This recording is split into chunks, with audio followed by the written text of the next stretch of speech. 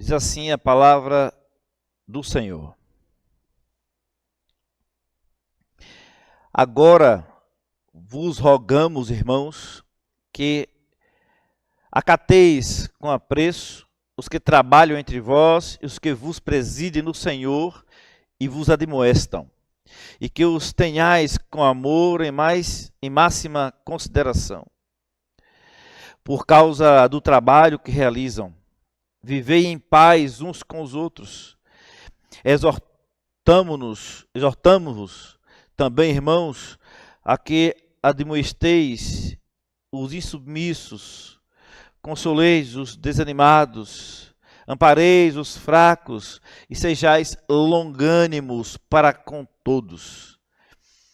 Evitai que alguém retribua a outro mal por mal, pelo contrário, segui sempre o bem entre vós e para com todos. Regozijai-vos sempre, orai sem cessar, em tudo dai graças, porque esta é a vontade de Deus em Cristo Jesus para convosco.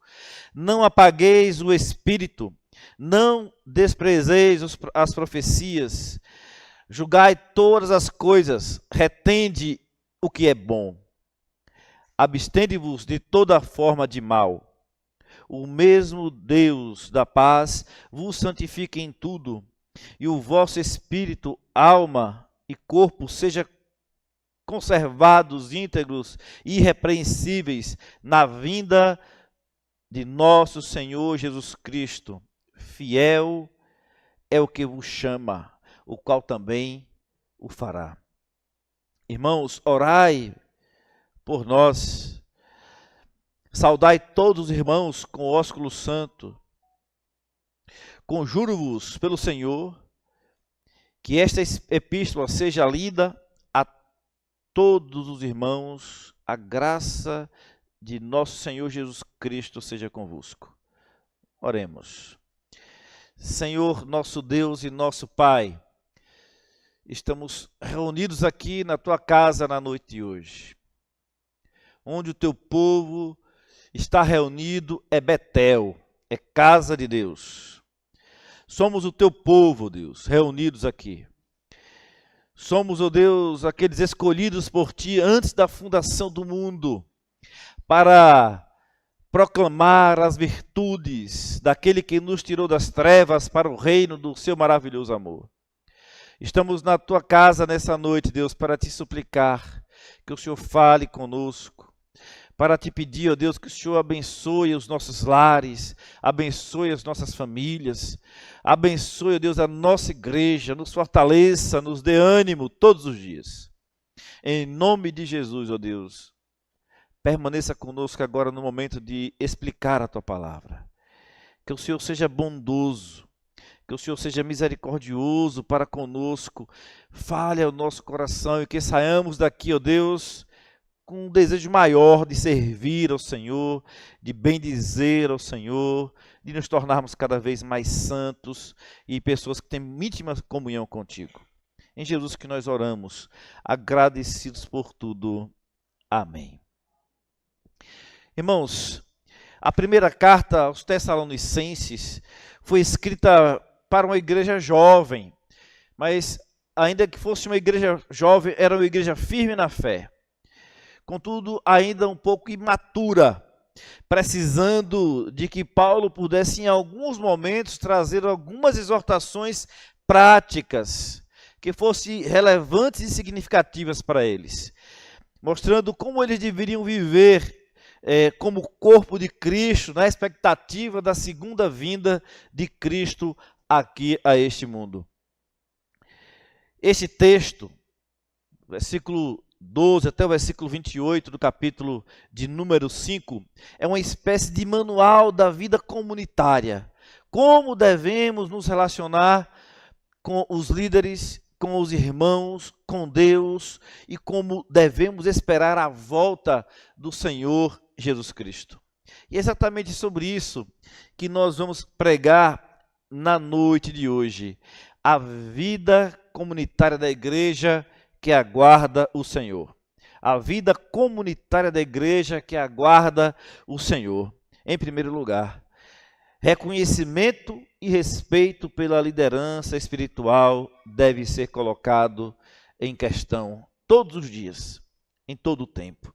E é exatamente isso que o apóstolo Paulo vai trazer como instrução para esta igreja, firme na fé, mas uma igreja ainda imatura, ainda em desenvolvimento, talvez muito parecida com a nossa igreja.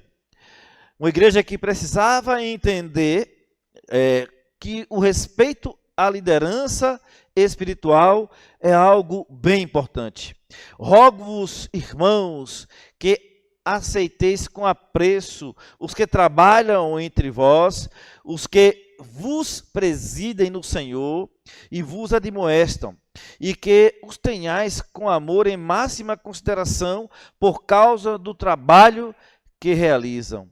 Vivei em paz uns com os outros. É a instrução prática da palavra de Deus para a igreja da Tessalônica, é uma palavra prática também para a igreja dos nossos dias. A igreja não pode ser saudável sem líderes espirituais respeitados e reconhecidos. Paulo não fala aqui de bajulação, mas ele fala aqui de respeito pastoral. João Calvino, falando sobre esse texto, ele diz o seguinte: Deus quis manter a ordem em sua igreja por meio de homens, para que se torne evidente que sua autoridade não está desligada do ministério ordenado. Comentário de 1 Tessalonicenses, de João Calvino. No contexto nosso, presbiteriano, reformado, onde presbíteros e pastores são eleitos, essa exortação é ainda mais forte. Desrespeitar os líderes é desprezar o próprio Cristo que instituiu estes homens como aqueles que estarão a liderar a igreja e a conduzir o seu povo.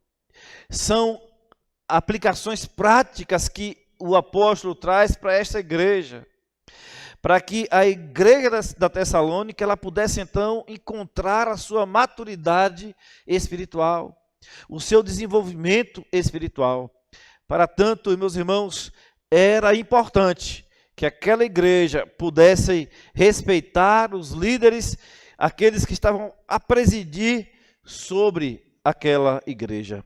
Nos nossos dias também, nós precisamos, como igreja do Senhor Jesus Cristo, entender a necessidade de ter em alta conta, em respeito, em amor. O apóstolo Paulo aqui está falando em máximo amor, aqueles que estão à frente da igreja, aqueles que estão a presidir a igreja do Senhor Jesus Cristo. Em segundo lugar, meus irmãos, a vida comunitária da igreja que aguarda o Senhor.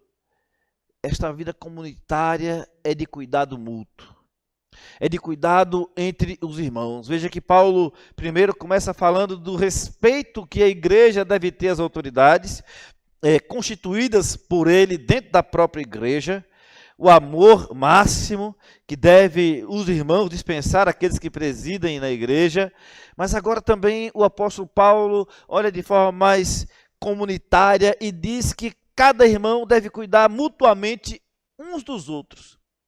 O cuidado um com o outro, ele é indispensável na igreja que aguarda a volta do Senhor Jesus.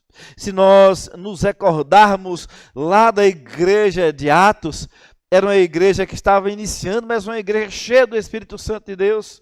E era uma igreja em que a comunhão entre os irmãos era presente, o cuidado com os irmãos era presente, e vejam que os irmãos eles venderam tudo que tinha e repartiam o produto entre si à medida que cada um tinha necessidade. E veja que isso era tão importante para a igreja, que Ananias e Safira mentiram, dizendo que tinha vendido uma propriedade por um valor, e chegou aos apóstolos e combinou os dois, o marido e a mulher, e disse: olha, nós vamos dizer que a gente vendeu por menos, a gente vai reter uma parte e dizer que entregamos tudo para a igreja, para que nós fiquemos bem, né, na igreja, para que possamos ser glorificados pelas pessoas. E aí, quando eles chegaram diante dos apóstolos, o Espírito Santo revelou que a propriedade havia sido vendida por um outro valor. E Ananias caiu morto lá na frente dos apóstolos.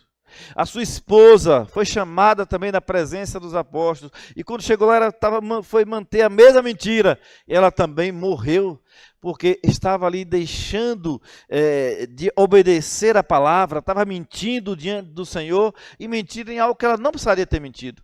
Não era obrigado pegar, vender a propriedade e entregar na igreja. Ninguém tinha essa obrigação. Era quem queria fazer com o coração disposto a fazer, com liberalidade de coração. Mas eles queriam, na verdade, a glória para si e algo que deveria ser comunitário. Né? Dividir para que pudesse existir o cuidado um para com o outro. E o apóstolo Paulo está exortando aqui. Exortamos também, irmãos, a que admoesteis os insubmissos, consoleis os desanimados, ampareis os fracos e sejais longânimos para com todos. Evitai que alguém retribua a outro mal por mal, pelo contrário, segui sempre o bem uns para com os outros e para com todos.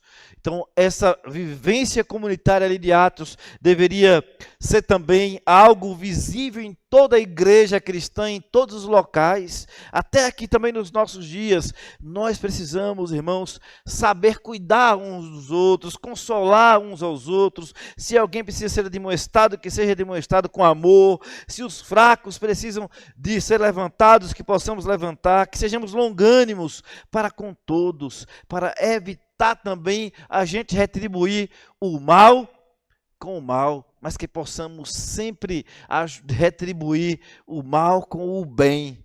E fazendo isso, o apóstolo Paulo disse, quando escrevia a sua epístola aos Coríntios, que nós vamos amontoar brasas vivas sobre as cabeças daqueles que recebem o bem em troca do mal que foi feito.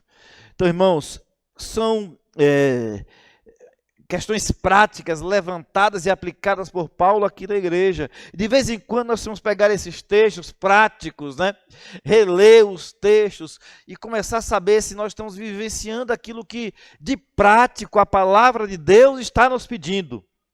Nós precisamos, meus irmãos, viver uma vida comunitária, com cuidado mútuo, o cuidado aos irmãos, uns aos outros, né? Não dá para esperar somente pela liderança, mas você sentiu que alguém faltou à igreja, está demorando de vir, liga, pergunta onde é que está, como é que está. Não deixe isso somente para os presbíteros, para os diáconos, mas nós precisamos cuidar uns dos outros. Mas interessante é que a igreja dos nossos dias, ela tem um costume muito ruim. Não é dos nossos dias, não. É a igreja que tem até um conhecimento bíblico, uma fé muito bem firmada, conhece bem, como a igreja da Tessalônica, mas que não tinha esse cuidado mútuo uns com os outros. Fica sempre delegando aos outros o cuidado que devia ter. Então a Bíblia aqui está mandando que cada irmão cuide um do outro. Os presbíteros, os pastores, eles não podem se eximir da sua responsabilidade, mas também é responsabilidade de cada irmão cuidar do fraco, cuidar daquele que está precisando, né? Ser amoroso para com aqueles que estão precisando de um apoio, de um afago e de um carinho. Aqui Paulo mostra que a vida da igreja é plural. Há fracos, desanimados, insubmissos, mas todos devem ser tratados com paciência, né? Então na igreja não tem somente pessoas cheias e poderosas do Espírito, não, tem pessoas necessitadas e fracas. Não existe uma igreja assim nivelada por cima, não existe. Que bom que tivesse, mas essa igreja é a igreja que vai estar no céu somente. É a igreja nivelada espiritualmente por cima, todos iguais a Cristo na espiritualidade. Portanto, todos nós podemos passar por lutas, por dificuldades, por isso a necessidade do cuidado mútuo.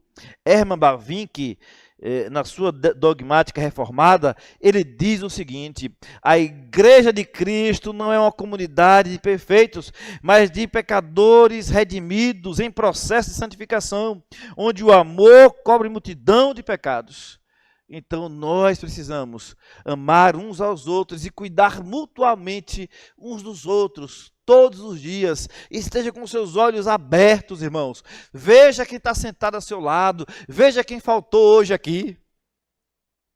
Pergunte, assim, o pastor até sabe de muitas pessoas o que aconteceu, né? Porque que não estão, às vezes, no culto da terça, porque os irmãos acabam mandando uma mensagem, dizendo, pastor, estou viajando, outros dizem, pastor, estou com virose, pastor, então o pastor acaba sabendo daqueles que estão doentes, dos que estão com algum tipo de problema, daqueles que viajaram, mas a maioria dos irmãos não sabem.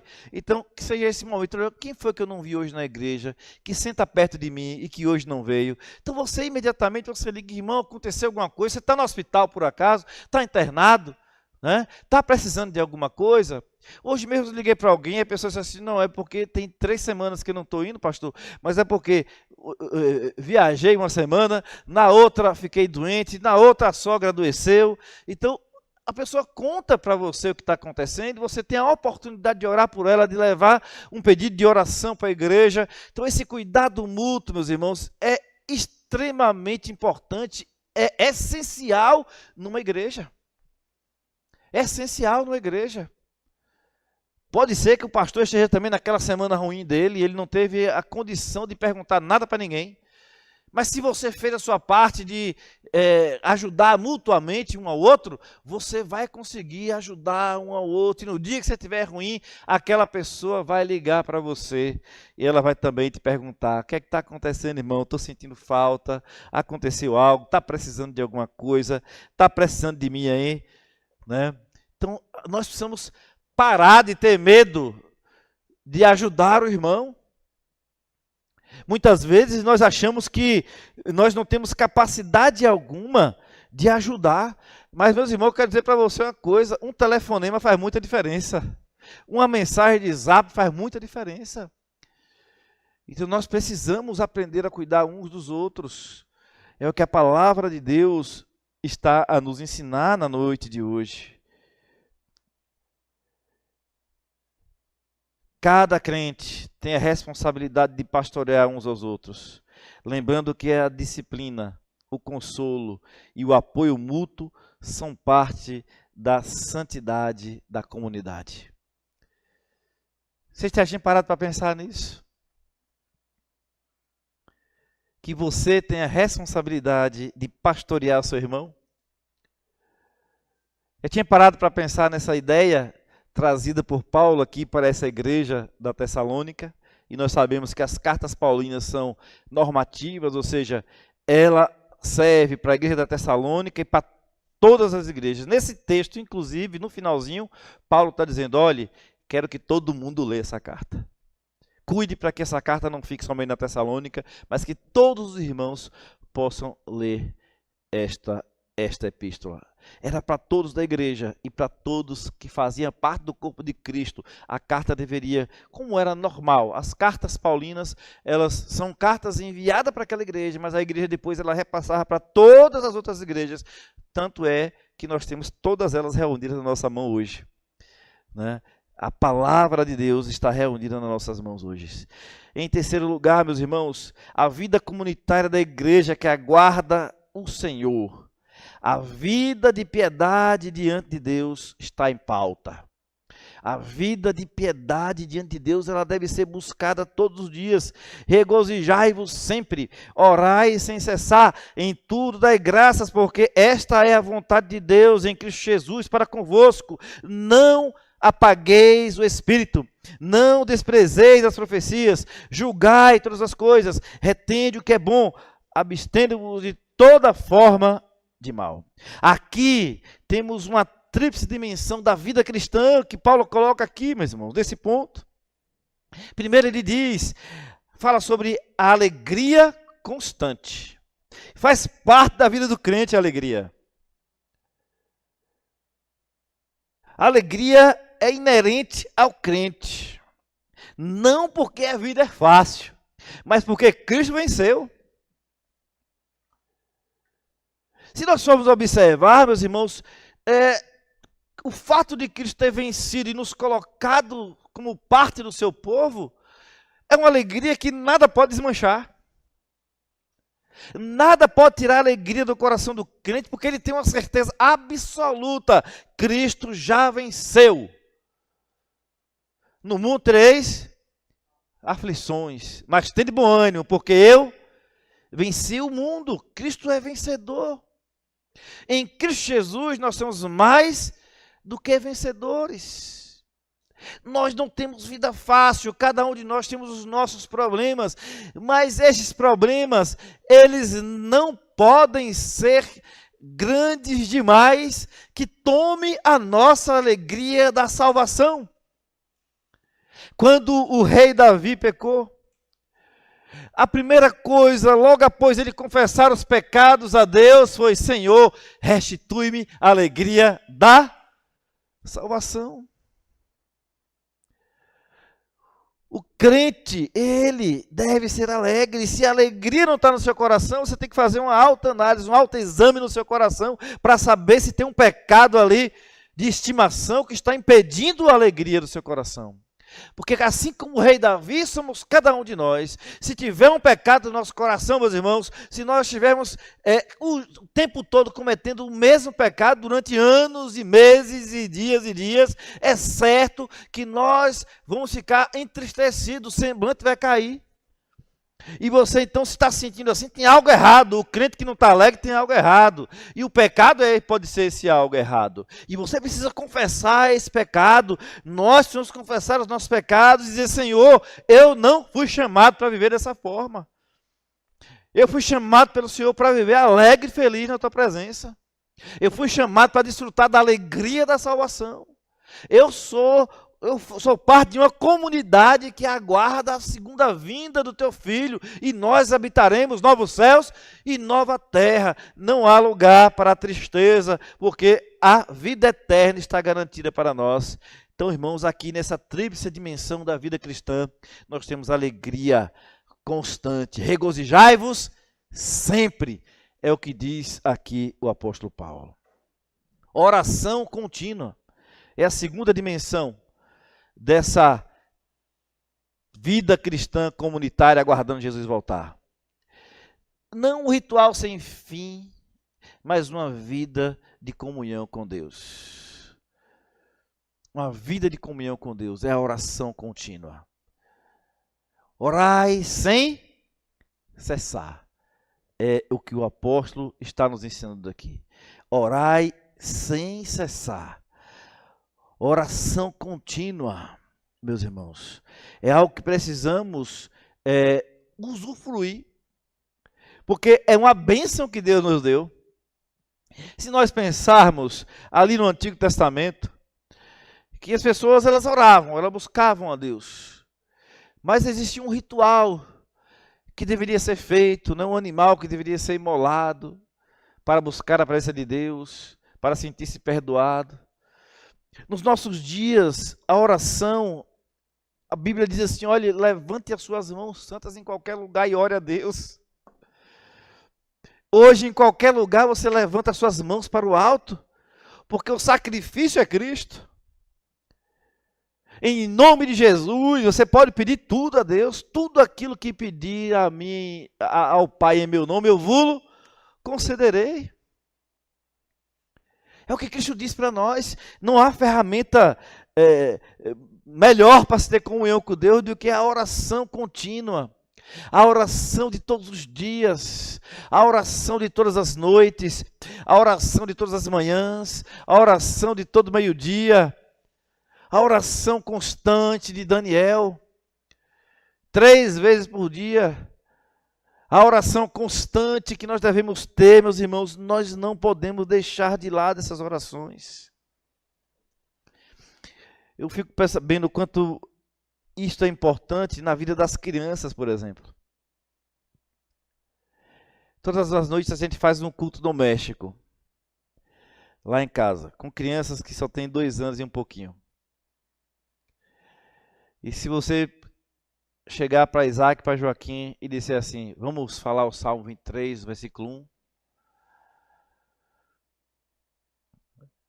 Eles vão dizer assim: o Senhor é meu pastor. A gente completa uma parte, eles completam a outra, até finalizar.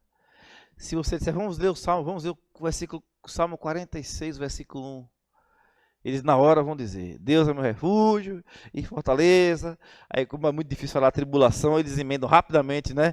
É, refúgio bem presente nas tribulações, aí emenda tudo. Então eu fico percebendo o quanto é importante, né? Aí você faz uma oração do Pai Nosso e já estão decorando a primeira parte da oração, né? Aí você depois vai fazer oração pela família. Aqui, Tiago não está hoje aqui, né? Mas Tiago é o primeiro. Tiago, que é o baterista, né? Então já ora logo por Tiago, que é o baterista, viu, Carlos? Você vai orando logo por Tiago. Aí sai orando pela família toda, lembra de todo mundo. Isso porque tem uma oração contínua. Uma oração contínua. Uma oração de todos os dias, o culto doméstico de todos os dias. Um culto simples, de uma leitura de um texto, de uma lembrança de um versículo, depois de uma oração do Pai Nosso, depois de uma oração pela família, pela igreja, e um cântico ou dois depois. Isso faz a gente ter uma plena comunhão com Deus, meus irmãos. De estar na presença dEle. Não pense que isso é pouco. Não pense. O resultado é grandioso. E a gente vê isso na mente de crianças de 2 anos de idade. Imagine o que não faz isso nas nossas vidas. Que a gente nem percebe. O quanto Deus fica o dia todo trabalhando no seu coração, com a oração que você faz. Que noite de paz, né, que você vai ter quando você está buscando ao Senhor. Mas quantas vezes deita-se sem orar, levanta sem buscar a Deus, chega ao meio-dia, você não busca o Senhor, chega à noite, você está longe de Deus, fazendo as suas coisas. Então nós temos aqui essa tríplice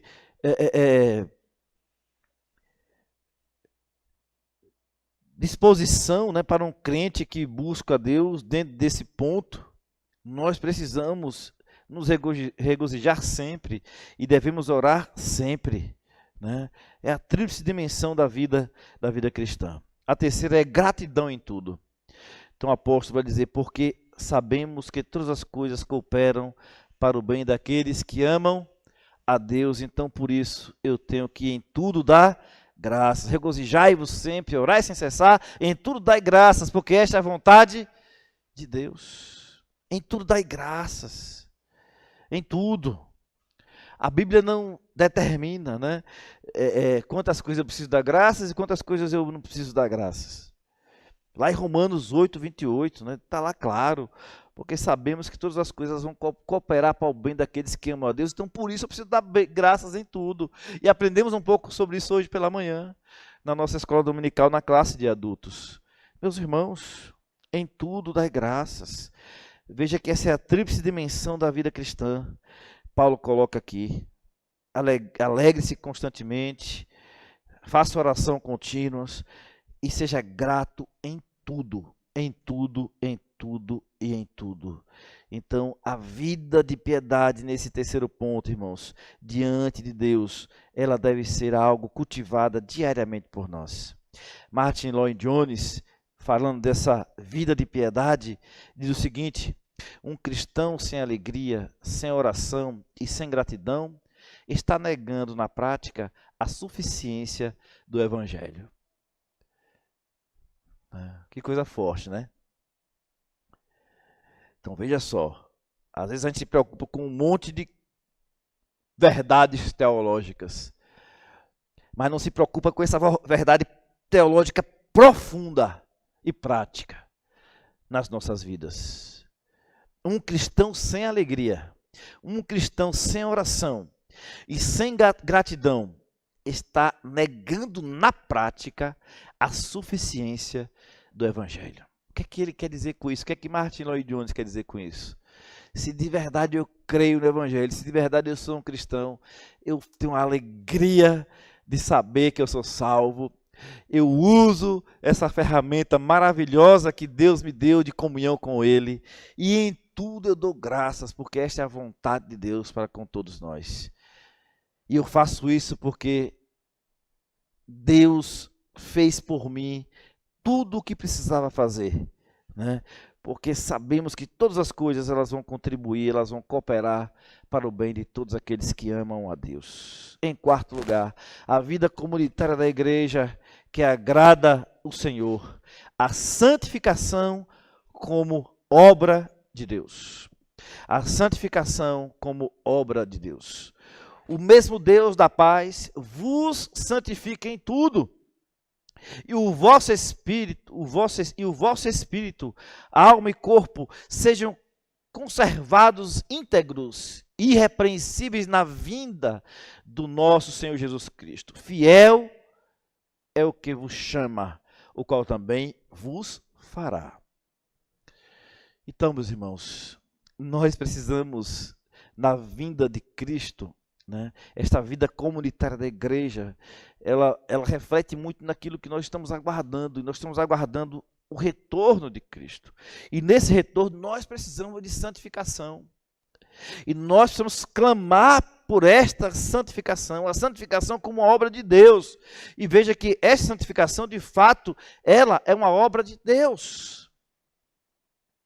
E eu preciso estar ligado a Ele todos os dias. A santificação é tanto uma responsabilidade humana quanto uma obra divina.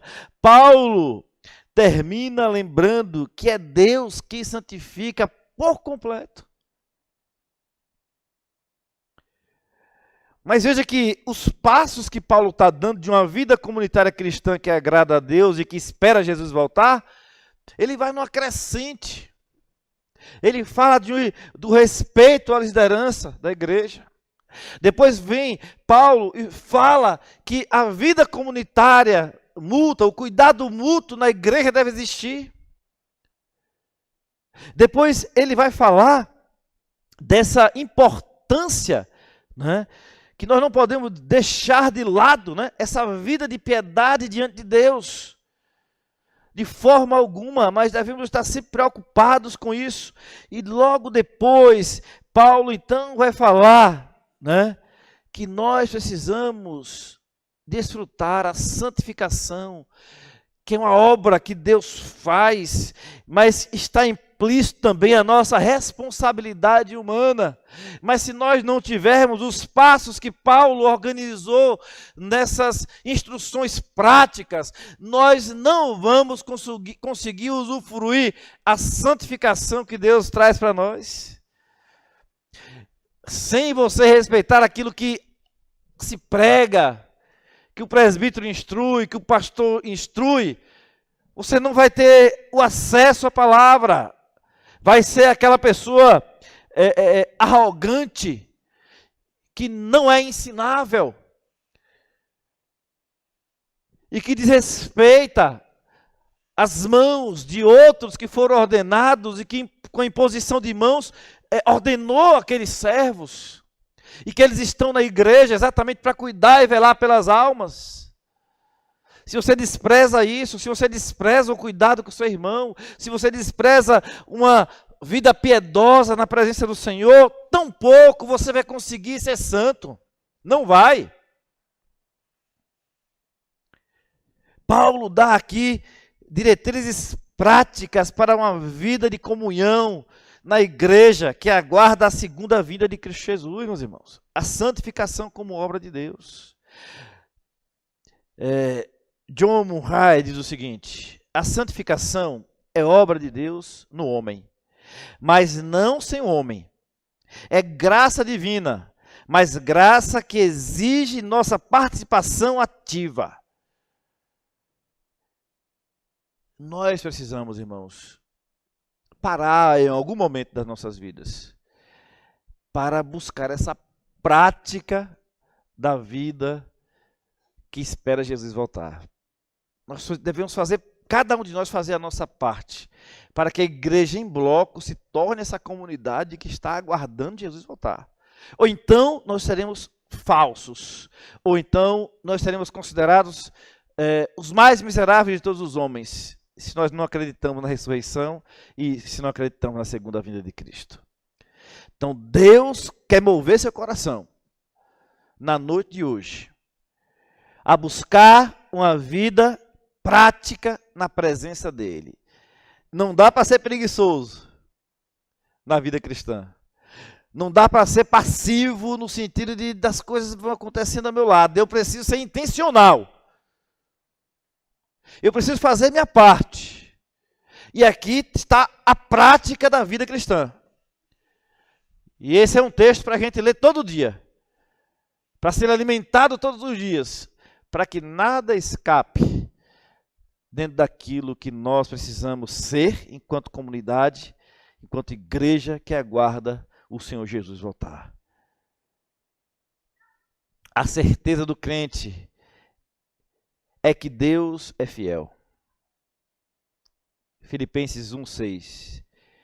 Ele começou a boa obra e ele vai completar. Isso nós temos certeza absoluta. Portanto, irmãos, nos lancemos intencionalmente nos braços do nosso Deus. Quinto lugar, a vida comunitária da igreja que aguarda o Senhor Jesus. A comunhão fraterna e bênção final. Irmãos, orai por nós. Saudai todos os irmãos com ósculo santo. Conjuro-vos pelo Senhor que esta epístola seja lida a todos os irmãos. A graça de nosso Senhor Jesus Cristo seja convosco. Então veja que coisa maravilhosa o apóstolo Paulo traz aqui para nós. Tá? Um beijo santo no irmão. Ósculo santo. Um abraço no irmão. Às vezes, o que a gente está precisando mesmo é um abraço. Né? Um abraço de um amigo, de um irmão. E a Bíblia mostra isso. Que o carinho um com o outro, o afago um com o outro, faz parte da vida cristã. Poder cumprimentar o seu irmão com um ósculo santo, com um abraço, com um aperto de mão, né? Naquilo que a nossa sociedade entende como sendo algo possível. É algo que nós precisamos levar em conta, levar em consideração. Paulo vai encerrar aqui com 3 marcas da vida da igreja. Né? Oração mútua, até o apóstolo pede oração, né? Orações contínuas individuais, agora está falando de oração mútua. Vamos orar uns pelos outros. Ô irmãos, orem por mim. O apóstolo Paulo era o mais pidão de oração que tem na Bíblia. Já viu Paulo pedindo para orar? Toda carta Paulo vai pedir para... Irmão, não se esqueçam de mim nessas orações. Ore por nós, para que no abrir da nossa boca, né, as pessoas possam se converter. Orai por mim. Então o tempo todo Paulo está pedindo oração pela sua vida. Pedindo oração para que Deus possa dar poder para ele evangelizar. Pedindo poder para que ele possa suportar as perseguições e as prisões. O tempo todo o apóstolo está pedindo oração. Né? Orem por mim, irmãos. Eu faço agora com o apóstolo Paulo. Que você peça oração também uns para você. A oração do justo muito pode em seus efeitos. Lá em Tiago capítulo 5, versículo 16, né? Muito pode em seus efeitos a oração do justo. Aqui tem um bocado de justo. Justificados pelo poder de Cristo na cruz. E você não pede oração pela sua vida. E você não vai à igreja na terça-feira orar um pelos outros. Nós precisamos orar mais uns pelos outros, irmãos. Para que a igreja seja forte. É o que Paulo vai pedir aqui. Oração mútua. Até Paulo vai pedir oração aqui para ele. Comunhão calorosa. Sinal de unidade e amor. É o que Paulo pede aqui com os ósculos santos. Centralidade da Escritura. A carta deveria ser lida a todos. Todos devem conhecer a mesma coisa sobre Deus. Isso é a comunhão mais perfeita que existe na igreja. É quando nós conhecemos a Bíblia, todos nós, na mesma medida. A centralidade das Escrituras está aqui em pauta. Todos devem ler essa epístola. Agostinho já dizia: onde não há oração, não há graça. Onde não há comunhão, não há igreja. Onde não há escritura, não há Cristo.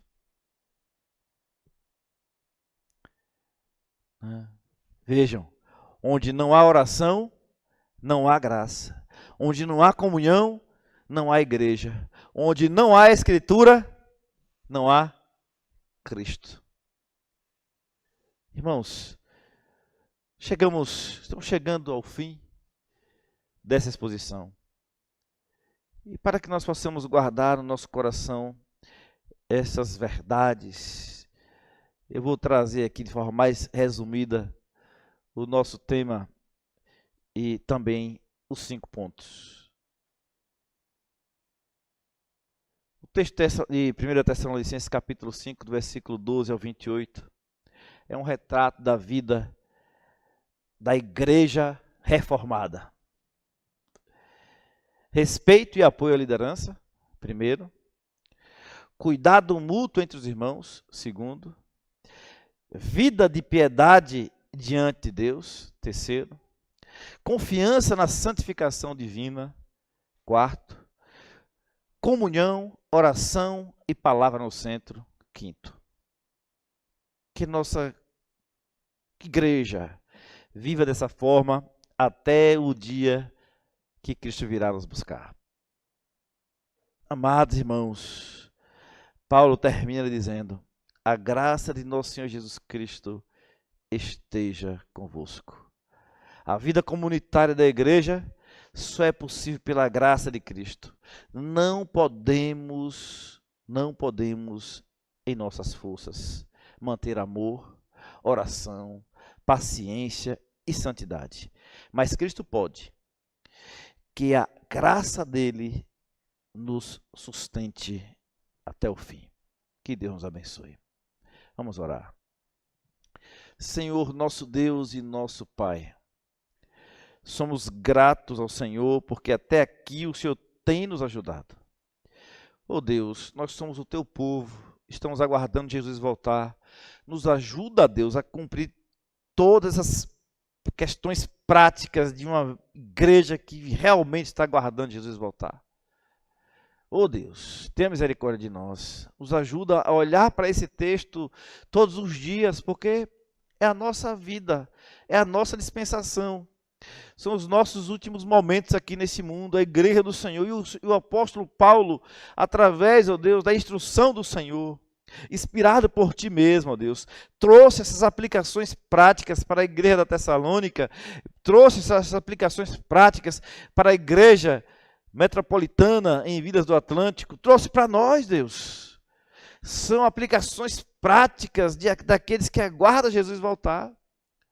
Nos ajuda a cumpri-las todas, Deus, para que assim a alegria da salvação esteja plena no corpo de Cristo. Oramos em nome de Jesus, que vive e reina para todos sempre. Amém.